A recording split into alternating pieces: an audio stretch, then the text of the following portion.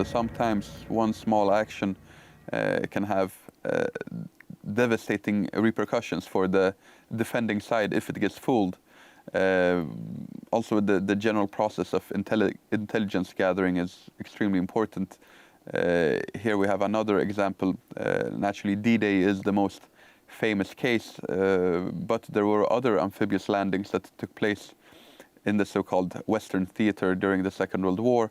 The first one being Operation Torch, which took place in November 1942.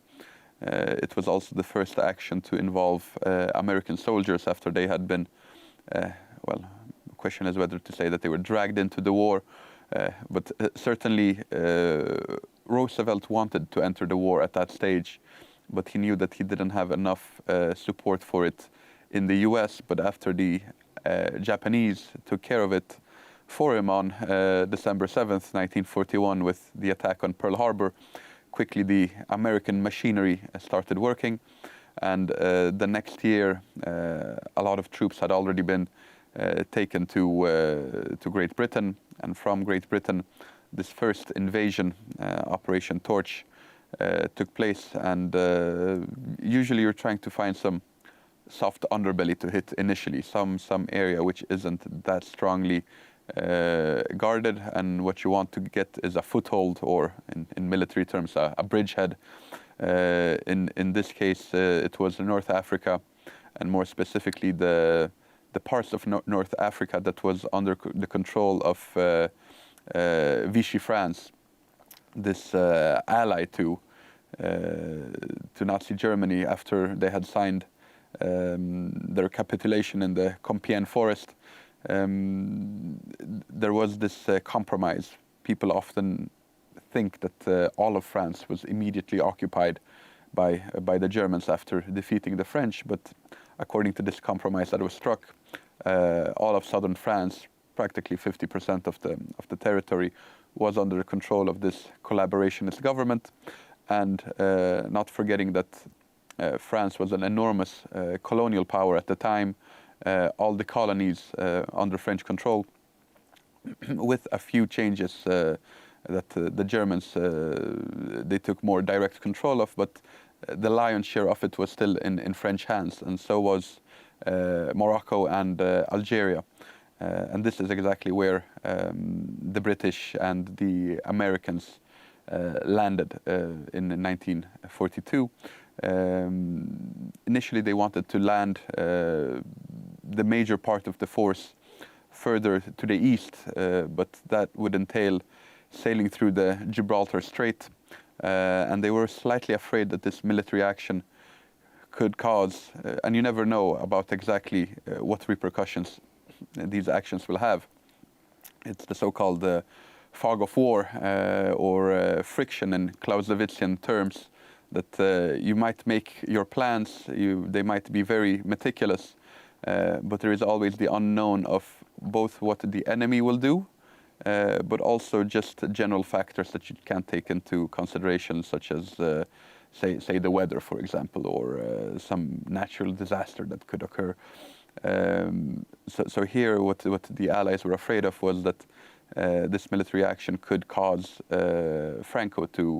Francoist Spain to join the war, and simply try to cut off the Gibraltar Strait, and thus stranding some of the forces on the wrong side of the Gibraltar Strait.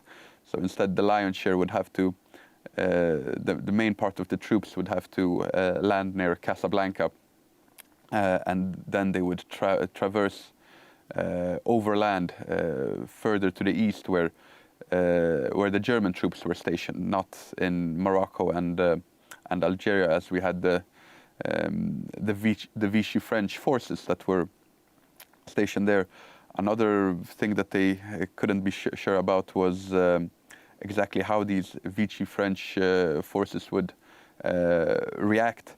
François Dallot, the head of the Vichy French, the Americans believed that he could be convinced to switch sides if he was told that, well, you will now be the leader of a Western allied Vichy France, so to say. and it turned out that this was something that he quickly accepted. It didn't end well for him, since he was assassinated soon thereafter anyway. But that made the Vichy French army in the region more prone to simply just switch sides as soon as the Allies showed up. They were more uncertain about what the Vichy French fleet would do, though, as they believed that they would still hold a grudge against the Western Allies, specifically against the British, for the incident in Mers el Kabir, when the British Navy decided that all of these French ships that now, after the French capitulation against Nazi Germany, would fall into the hands of the German Navy and be used against the British.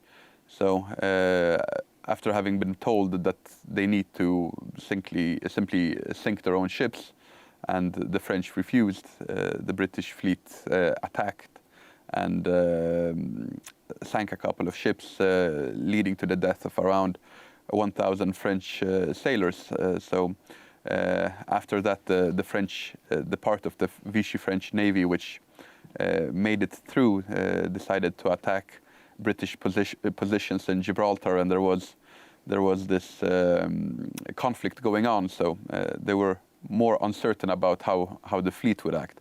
Adam, as usual, the clock has interrupted, so I'm going to have to ask you to pause there, but we will pick it up next time. There we are. I've had to interrupt Adam almost in mid-sentence, but fear not, if you join us next time, as we hope you will, we'll pick up the story. In the meantime, thank you for watching Poland Daily History.